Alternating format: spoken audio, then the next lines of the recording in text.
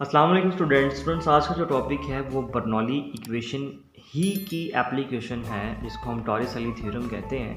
और ये टॉरिस-अली theorem basically Bernoulli equation ही है जिसको हमने एक अजम्पशन करके थोड़ा सा डिड्यूस कर लिया है।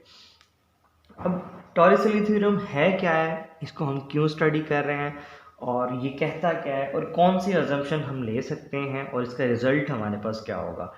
तो इसको देखने से पहले सबसे पहले आप ये डायग्राम देखें। यहाँ पे हमारे पास ये एक पानी का टैंक है जिसका जो सरफेस लेवल से जो हाइट है ये h1 है।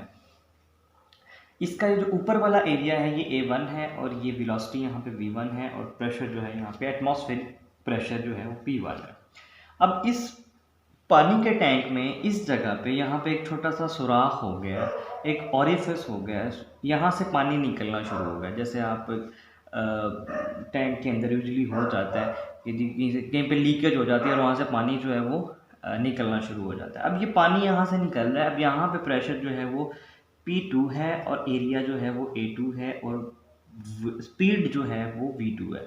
अब यहाँ पे जो हाइट है वो h2 है। अब होगा क्या, अब सवाल ये है कि जी यहाँ से ये जो स्पीड ऑफ फ्लक्स है कि कितना फ्लो रेट क्या है, यहाँ से ये जो स्पीड ऑफ फ्लूइड है कितनी होगी, कितना वॉल्यूम जो है यहाँ से देखें ना, यहाँ से उतना ही वॉल्यूम फ्लो करेगा जितना ऊपर से नीचे आएगा और कितनी स्पीड के साथ फ्लो करेगा ये बताता है बेसिकली टॉरिस-अली थ्योरम। टॉरिस-अली थ्योरम कहता क्या है कि जी द स्पीड ऑफ फ्लक्स, अब यहाँ से जो ये फ्लूइड निकल रहा है इसको हम स्पीड ऑफ फ्लक्स भी कहते हैं, यानी कि कितनी स्पीड के साथ जो है वो यहाँ से ये एमिट हो रहा है या निकल रहा है। तो स्पीड ऑफ अफ्लक्स को ही बेसिकली हम टॉरिस-अली थ्योरम कहते हैं। स्पीड ऑफ अफ्लक्स को ही हम टॉरिस-अली थ्योरम कहते हैं। तो टॉरिस-अली थ्योरम की स्टेटमेंट देख लेते हैं जी। कहते हैं कि जो स्पीड ऑफ अफ्लक्स कि जो स्पीड है जिससे वो फ्लूइड यहाँ से निकल रहा है वो बराबर है जी, वो इक्वल है जी, किसके बराबर है जी, इज दी वेलोसिटी गेन। अब देखिए ना, जब वो यहाँ से नीचे की तरफ मूव करेगा तो उसकी कुछ स्पीड होगी, वेलोसिटी होगी। यहाँ पे वेलोसिटी v1 थी, यहाँ पे वेलोसिटी v2 है।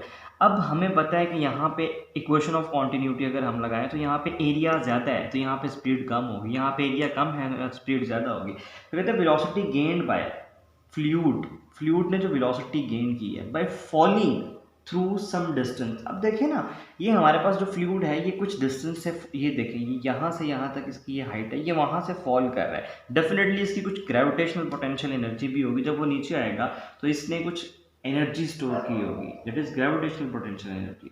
तो height due to the gravity. तो हम यहाँ पे कहते हैं कि जी ये जो फ्लूइड यहाँ से निकलेगा उस कितनी स्पीड के साथ निकलेगा, वो स्पीड डिपेंड करेगी कि वो कितनी हाइट से फॉल कर रहा है। ठीक है, और दूसरी जो चीज़ जिस चीज़ पे वो डिपेंड करेगा वो ग्रेविटी पे डिपेंड करेगा। ठीक है, तो अभी हम इसका रिजल्ट देखते हैं कि ये इसका जो एक्सप्रेशन है वो ये बनता है v is equal to √2gh या h1 minus h2।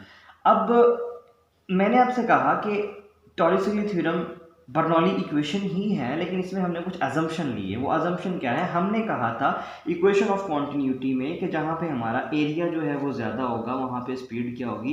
Equation of continuity में हमने पढ़ा था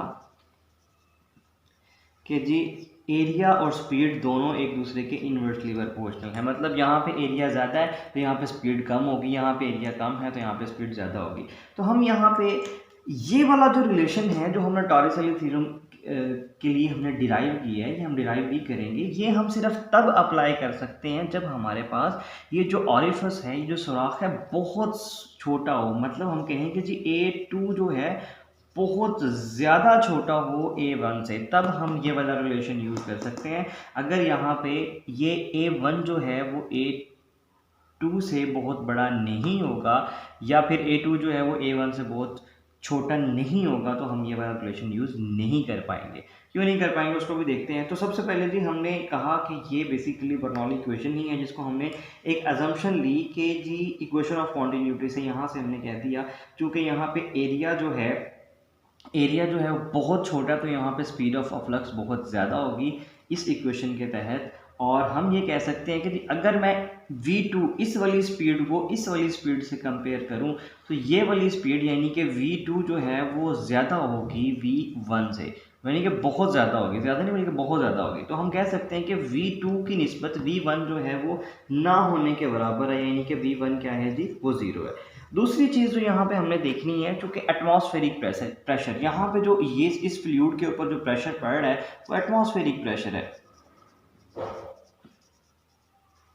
अब जो एटमॉस्फेरिक प्रेशर है, क्योंकि ये यहाँ पे भी वही एटमॉस्फेरिक प्रेशर लग रहा है और यहाँ पे भी वही एटमॉस्फेरिक प्रेशर लग रहा है, तो हम कह सकते हैं कि यहाँ पे जो प्रेशर है P1 वो इक्वल है P2 के, और ये P1 और P2 फिर जब इक्वल है तो हम इसको P कह सकते हैं। तो ये कुछ अजम्पशन हैं। अब हम देखते हैं कि बर्नौली इक्वेशन को हम कैसे मैनिपुलेट कर सकते हैं टॉरिसली थ्योरम जो है वो उसकी स्टेटमेंट के अकॉर्डिंग इसको डिज़ाइन करने के लिए। इसके बाद जो डेरिवेशन है, अभी चूँकि हम बात कर रहे थे बर्नौली इक्वेशन जो है वो टॉरिसली थ्योरम जो है वो बर्नौली इक्वेशन ही है विद सम अजम्पशन। तो अजम्पशन हमने पहले देखा था, हमने बर्नौली इक्वेशन में लिख ली यहाँ पे, और फिर अजम्पशन हमने ली थी कि जो v1 की स्पीड है, यहाँ वाला जो फ्लूइड है उसकी स्पीड बहुत कम है इसके निस्बत, तो v1 जो है वो बहुत छोटा है एज़ कम्पेयर टू v2। तो हमने यहाँ पे कह दिया कि जी v2 बहुत ज़्यादा है v1 से, तो v1 अप्रॉक्सीमेटली इक्वल टू 0 है।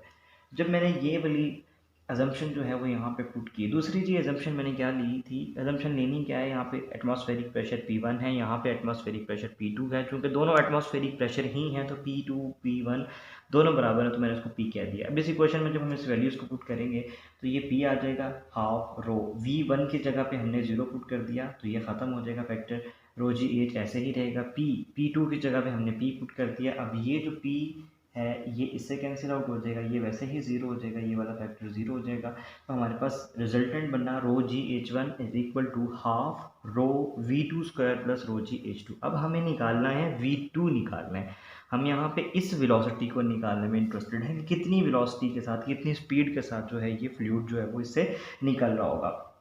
इसके निकालने के लिए हमने क्या किया, हमने इसको रीअरेंज किया। तो हमारे पास हाफ रो वी स्क्वायर ऐसे ही रहने दिया। मैंने इस वाली इक्वेशन को इस साइड पे जब मूव किया तो rho G H one minus rho G H two हो गया। अब मुझे यहाँ से V2 निकालना है, तो V2 निकालने के लिए मुझे अगेन इसको मैनिपुलेट करना पड़ेगा।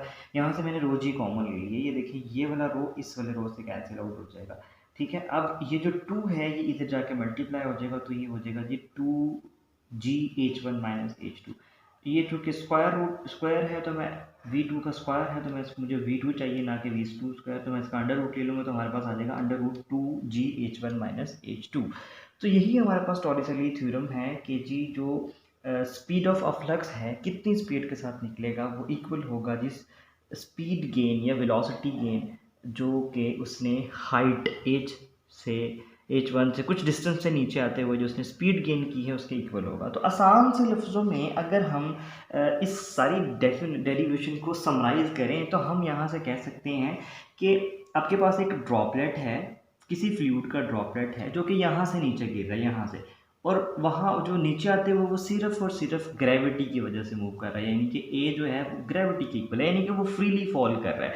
जब वो मूव नहीं कर जब मूव करना शुरू हुआ तो उसकी इनिशियल वेलोसिटी क्या थी, 0, और वो कितनी हाइट से फॉल कर रहा है, एज से, और जब वो नीचे गिरेगा तो उसकी फाइनल वेलोसिटी क्या होगी, उसकी डेफिनेटली फाइनल वेलोसिटी कुछ होगी, ठीक है।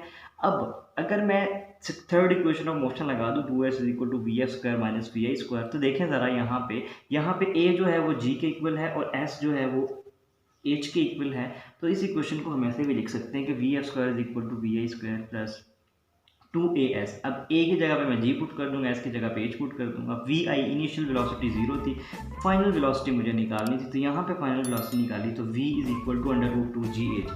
तो आसान से लफ्ज़ों में ये वही बात हुई कि बॉडी ये जो ड्रॉपलेट है ये फ्रीली फॉल कर रहा है, और यहाँ से हम इसको ऐसे भी डिराइव कर सकते हैं, लेकिन आपने उपनिषद ये वाला ड्राइव किया हुआ, तो आपको इतना पता होना चाहिए कि ये वाला जो रिलेशन है हम सिर्फ तब यूज़ करेंगे जब हमारे पास जो ऑरिफिस है वो बहुत छोटा होगा as compare to this one.